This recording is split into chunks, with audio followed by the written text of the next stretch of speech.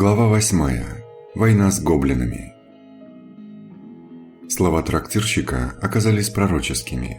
Людей, покидающих свой кров, становилось все больше. И это уже были крестьяне не самых далеких поселений.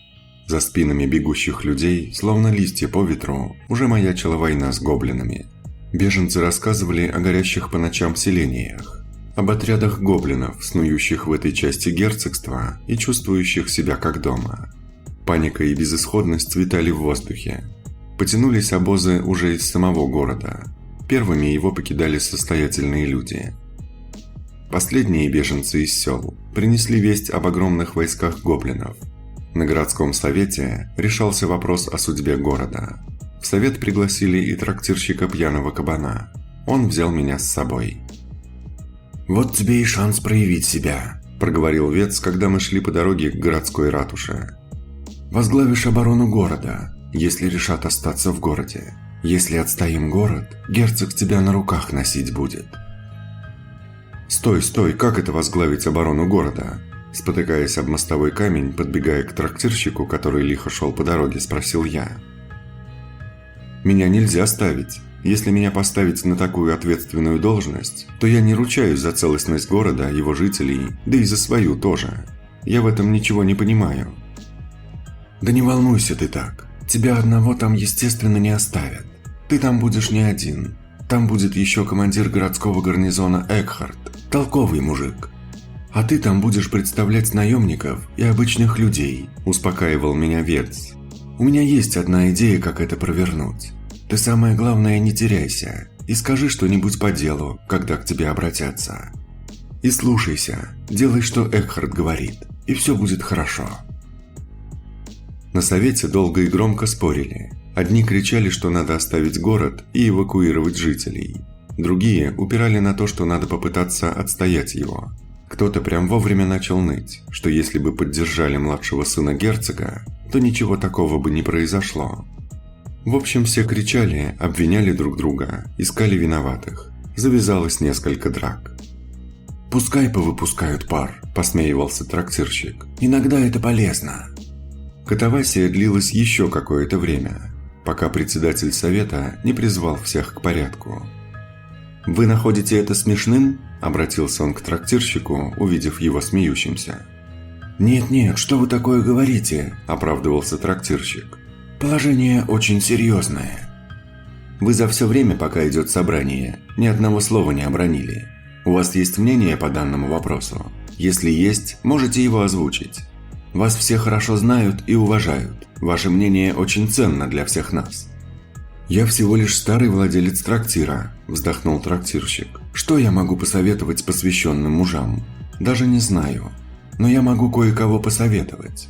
Последуйте за его советом и за ним. Вот вам мое мнение. Представлять его присутствующим, думаю, пустая трата времени. Все и так его уже знают, по его ратным делам». Взоры присутствующих обратились на меня. Я почувствовал себя неловко, не любил быть в центре внимания. А еще надо будет речь толкать. «Да, мы знаем его, хоть он и не является гражданином нашего города», – подтвердил председатель. «Но своими делами выручал не раз наш город и жителей селений в округе». Окружающие согласно зашептались. «Господин рыцарь, не поможете нам в очередной раз словом и делом? И еще одно». Председатель совета, замешкав, откашлялся. «Простите за нескромный вопрос. Вы случайно не демон?» «Нет, не демон, а гораздо страшнее, особенно для моих врагов». Посмотрел я на присутствующих, их лица вытянулись от моих слов. «Согласен со всеми вашими мыслями, здесь прозвучавшими. Со всеми. В каждом есть правильное решение. Раз уж попросили помочь, хорошо. Сначала словом. В городе скопилось много людей, беженцы и горожане. Если будет осада, долго не продержимся. Поэтому предлагаю оставить всех способных держать оружие людей в городе. Всех остальных, женщин, детей, стариков и больных, эвакуировать на повозках в соседний город. Ополчение до прихода гоблинов вооружить и начать тренировать. Этим поручим заниматься гарнизону города, а также городским кузнецам и бронникам. Также для нужд ополчения изъять у торговцев товары, которые могут понадобиться в войне. Сделать ударение на алхимических и съестных лавках. Надо запастись провиантом на случай осады. Естественно, все изъятые товары и их цены должны быть зафиксированы. Представители города предъявят потом счет герцогу. Это его город. Не может защитить силой, пусть тогда заплатит. Да, и естественно, находящимся здесь наемникам тоже предложить повышенную оплату. Если кто попадется на накрутки цен, воспользовавшись бедственным положением города, сами придумайте наказание для этого. Людей сейчас много в городе. Вооружить, обучить, накормить, и город отстоим. Составить указы на основе того, чего я предложил. И пускай глашатай доведет их до сведения всех людей. Это так, в общих чертах. Вот мое предложение. Не хочу занимать ничье место, но могу возглавить оборону города, если надо будет. Но это вам надо уже решить, с командующим гарнизона. У меня все. А я что? Я не против. Ваш авторитет великого воителя всем известен. Жители, беженцы, мои солдаты, да и я просто будем рады сражаться рядом с вами. Главное – высокий боевой дух в любом сражении. А рядом с вами любой крестьянин поверит, что может справиться с любым воином. Пускай не складно, я не оратор, но я воин, и я сказал как есть. За вами пойдут все. Это, улыбаясь, толкнул речь командир гарнизона. Люди в совете зашушукались. «Давайте проголосуем, кто за предложение. Прошу прощения». Председатель совета повернулся ко мне. «Как нам вас называть, господин рыцарь?» «Не могу назвать свое имя, но если вам меня надо как-то называть, то для вас я Аид». «Хорошо, как скажете, господин Аид». «Так, давайте проголосуем, кто за предложение господина Аида. Поднимите руку. Так, ага, единогласно? Тогда смысла больше в каком-либо еще голосовании нет. Тогда приступаем к работе, господа. Дел у нас много». Оставив городской совет, командир гарнизона позвал меня с собой осматривать городские укрепления. Их состояние меня порадовало. Благодаря войне между братьями был произведен ремонт укреплений и самих стен. Городские катапульты тоже были в исправном состоянии. Экхард указал на каменные здания, первые на слом, которые пойдут на ядра катапультам, когда закончится основной запас. Я усмехнулся.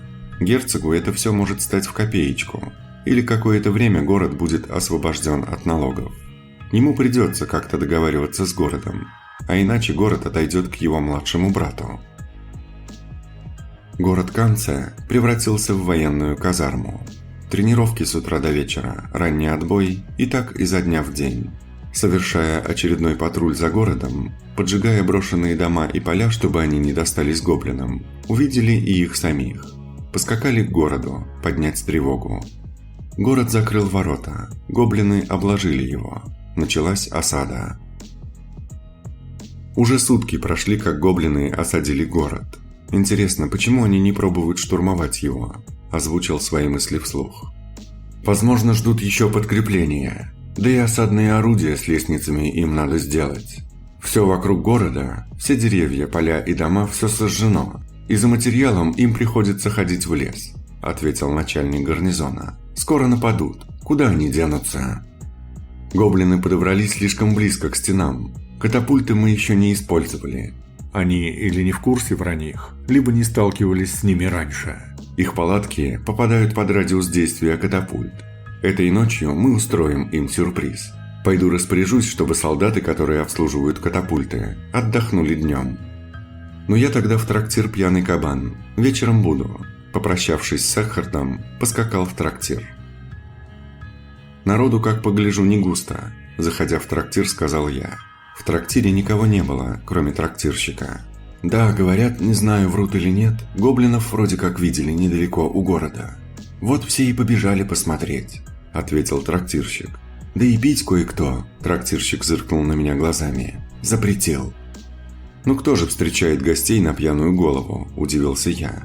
Это как минимум неприлично. И то верно, согласился трактирщик. Ну тогда гостям все достанется.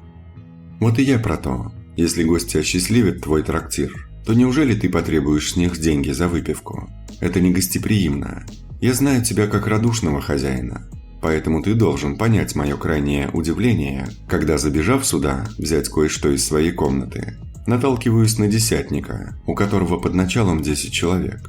и который должен вместе со всеми стоять и приветственно махать гостям со стены. «Да, я знаю, господин Аид. Просто штурма нет. Вот и пришел сюда. Так, по привычке. Тяжело. Трактир – вся моя жизнь». «А вы сентиментальный, господин трактирщик. На первый раз я вас не видел. А что, если каждый так будет бегать? Какой пример вы подаете? Возвращайтесь к своим людям и ждите указаний вашего сотника. Еще раз увижу вас где-нибудь, кроме как только приветливо машущим гоблинам со стены. Покидаю все ваши бочки с этой самой стены гостям. Им даже не надо будет утруждаться входить в город». «Вы жестокий человек», – обиженно пробурчал Вец, выходя из трактира. Я все понимал, но все висело на волоске. Малейшая оплошность могла нам всем стоить жизни. Солнце клонилось к закату. Надо было скоро уже возвращаться на стену. «Уберите часть людей со стены, пока светло. Пусть гоблины видят, что на ней мало людей. Им так ночью будет спокойнее спать. Факелов на стене тоже самый минимум. Но не перестарайтесь, чтобы гоблины чего не заподозрили. Зато за стенами, возле катапульт, должно быть светло как днем. Чтобы люди не спотыкались и исправно делали свою работу», – раздавал команды Экхард. «Руководить обстрелом со стены будет господин Аид, который хвастается отличным ночным зрением. Всем слушать его команды. Первые 3 залпа в качестве снарядов используйте камни, булыжники размером с кулак. Следующие грузите на катапульты большие валуны. И ни единого горящего снаряда. Пусть гоблины не видят свою смерть. Пока начинайте подвозить телеги с валунами к катапультам и ждите указаний со стены». После слов командира гарнизона я поднялся на стену. Присев за одним из зубцов стены, приготовился ждать ночи. Иногда, выглядывая из-за зубца, наблюдал за гоблинами. Они выглядели немного расслабленными. И было понятно, почему. Скоро уже 2-й день будет, как гоблины тут, и в них не полетело ни одной стрелы или огненного шара. Как будто город пустой. Но все же город никак себя не проявил. Наступала ночь. Мы зажгли немного факелов на стене. Было ощущение, что город отходил ко сну. Зато внутри города, возле стен, везде полыхали факелы. Везде была суета. Была уже глубокая ночь. Гоблины расползались по палаткам. Возле костров остались лишь часовые. Можно было уже начинать. Взяв один из факелов, повернулся к катапультам. «Начали!» – прокричал я, размахивая факелом. Катапульты заработали по прицельным точкам. Снаряды взмыли по направлению к лагерю гоблинов. Рассыпаясь в воздухе, вниз устремился дождь из камней. Послышались вопли гоблинов. Уже был готов 2-й залп. Камни опять опустились смертельным ливнем на головы гоблинов. Гоблины начали выбегать из палаток, ничего не понимая. 3-й залп. Опять крики и стоны. Гоблины начали догадываться, что на них падают камни сверху. Начали кучковаться и прикрываться щитами от атак сверху. Настало время для тяжелых снарядов. Мощным движением катапульта за катапультой отправляла в полет огромные валуны, от которых не могло спасти ничего. Попадая в скопление гоблинов, они приносили ужасающие потери. При перезарядке катапульты их каждый раз немного смещали, руководствуясь моей корректировкой, отчего валуны летали по всему лагерю гоблинов, насколько хватал радиус и дальность полета. Земля под ногами гоблинов сотрясалась от падения валунов. Они не видели в темноте, откуда прилетают валуны и траекторию их полета. С криками гоблины начали разбегаться от стен города. Дальнейшая бомбардировка уже не имела смысла. «Прекращаем обстрел!» – проорал я, размахивая факелом. Со стороны лагеря гоблинов доносились стоны и крики раненых и умирающих. К ним на помощь явно никто не торопился. Я спустился вниз со стены и подошел к командиру гарнизона. «Зажечь факелы на стенах, как положено, и полный состав ночного караула. Хотя я сомневаюсь, что гоблины сегодня ночью предпримут что-нибудь. Но все же, остальные все молодцы, всем спать. Утром начнете подвозить снаряды к катапультам», – скомандовал он. Я поднялся опять на стену, окинул взглядом окрестность. Да, гоблинам преподали жестокий урок. Теперь они будут начеку. Начало светать. Проснувшиеся солдаты и ополченцы лезли на стену, посмотреть на результат ночного обстрела. «Если так дело пойдет, не видать гостям моей выпивки», – проговорил трактирщик, смотря на лагерь гоблинов. Но думаю, ты не слишком огорчишься из-за этого. Хотя так и так участь твоей выпивки уже решена. Вопрос времени, усмехнулся я. Думаю, скоро начнется самое интересное. Главное, не лезь на рожон. Пошел искать начальника гарнизона. Думаю, они скоро решатся пойти на штурм, поделился своими подозрениями с ним. И я так думаю, согласился он. И, кстати, их не так уж и много, как мы думали, сказал я. Откуда вы это знаете? Удивился Экхард. Знаю это, и на этом все, поставил я точку. Не мог же я рассказать ему, что связался с Дорет, и попросил посмотреть на экране шара, сколько гоблинов в армии, что обложило город. Я и раньше связывался с ней, но эти бесчисленные отряды гоблинов различной численности то стекались, то растекались. За ними трудно было проследить, пока они не слились в единую армию. Дорет уверяла, что больше никаких крупных соединений гоблинов нет. Тогда план такой. Если мы сможем затормозить гоблинов на стенах и при этом их не потерять, сделаем контратаку. Соберешь всех людей и сформируешь отряд кавалеристов, когда гоблины пойдут на штурм. Подготовите лошадей и приготовитесь сами. Как только атака будет отбита и гоблины увязут на стенах, подадим вам знак и открываем ворота. «Хорошо, понял», – заверил я командира гарнизона. День прошел спокойно. Гоблины держались в стороне от города и близко не подходили. Ночь опять провел на стене. Сидел между зубьями городской стены, свесив ноги с наружной части, всматриваясь в сторону гоблинов. Скоро рассвет. Заметил движение в лагере гоблинов. Они как-то все разом начали суетиться. Началось. Подозвал солдат, дал приказ поднимать всех, и чтобы без шума. Пусть гоблины ни о чем не догадываются. Солдаты побежали выполнять приказ, а я продолжил смотреть дальше. Суета в армии гоблинов продолжалась. Затем разглядел, как они потащили что-то наподобие тарана, и затем увидел множество лестниц. Все это проходило без шума их барабанов. Хитрые твари решили втихомолку напасть. Ну-ну. Тем временем солдаты и ополченцы уже подтягивались. Подошел и Экхард. «Вот же сволочи, не дают поспать», – позевывая, пожаловался он. «Зарядить катапульты небольшими камнями, второй и следующие залпы большими валунами. Потом я скажу, какими. Лучникам и магам приготовиться». Гоблины с лестницами бежали со всех ног к стенам. Таран отстал. «Первый залп!» – крикнул я, махнув рукой. Камни посыпались на гоблинов. Они сбавили шаг, начали прикрываться щитами. Затем пошли в ход и крупные валуны. Лучники гоблинов, выбежав вперед, выпустили стрелы. Кто-то из наших упал. «Все катапульты заряжать только небольшими камнями. Лучники, начинайте стрелять. Солдаты, приготовьтесь метать копья. Маги тоже по готовности начинайте», – прокричал Экхард. «Как только прислонят лестницы, сталкивайте их». Тем временем я выбрал одного сильно разукрашенного гоблина. Может, вождь или шаман. Метнул в него темное копье. Попал. Он упал. Окружающие его гоблины взвыли. Лучники с обоих сторон беспрерывно пускали стрелы. Гоблины, подбежав, прислонили первые лестницы. Молнию кинул просто в толпу. Забившись в судорогах, упало несколько обугленных гоблинов. Заморозку применил на гоблине, который был на лестнице на самом верху. Он практически добрался до края городской стены, но, превратившись в глыбу льда, полетел вниз, сбивая всех на своем пути. Маги с нашей стороны начали закидывать гоблинов всеми своими атакующими навыками, преимущественно огненными шарами, и сталкивали лестницы сильным напором воздуха. Шаманы гоблинов пытались навязать им бой, но были в более неудобной позиции. Тогда их лучники сконцентрировались на наших магах, и те начали нести потери, отошли вглубь стены.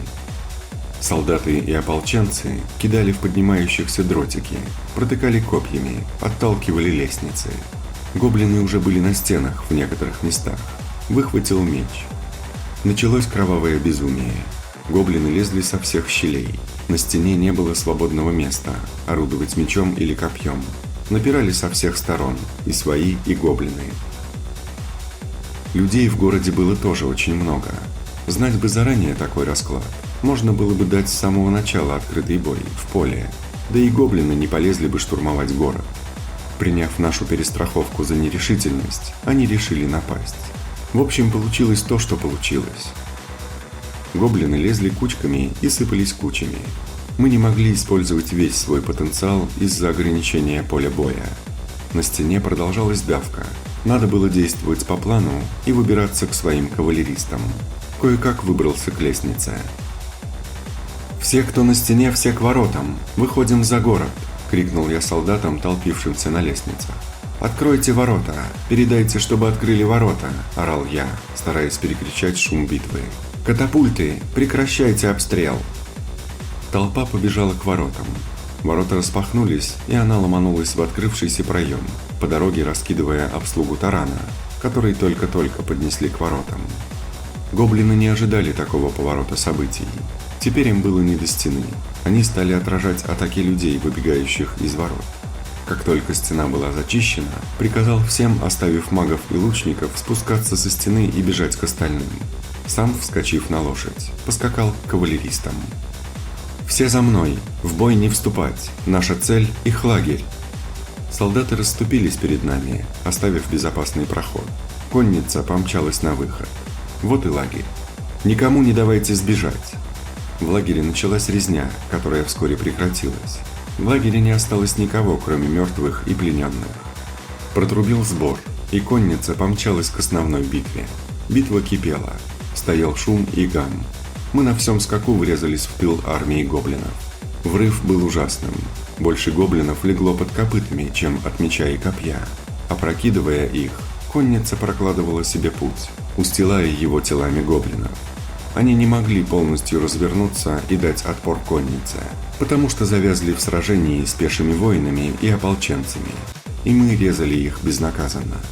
Гоблины поняли, что проиграли, и начали разбегаться. Но от конницы в поле не убежишь. Отдав приказ по возможности брать пленных, в голове созрел план. Тоже начал гоняться за убегающими. Не все выполняли приказ не убивать сдающихся. Большинство было крестьянами и горожанами, в общем ополченцами. Руководствуясь своими личными мотивами, они безжалостно добивали гоблинов. Хороший гоблин, мертвый гоблин. Их можно было понять. Оставив пленных гоблинов под охраной солдат гарнизона, отдал распоряжение конвоировать их в город. Сам помчался туда же, чтобы подготовить лагерь для военнопленных. «Зачем столько мороки из-за них? Не понимаю», – все воспрошал командир гарнизона. «Перерезать их, и дело с концом». Как только кавалеристы отдохнут, разделите на несколько отрядов, пусть прочешут округу. Пропуская его вопрос мимо ушей, сказал я. И да, теперь, когда город в безопасности, моя должность аннулируется. Я в трактир пошел, ищите меня там.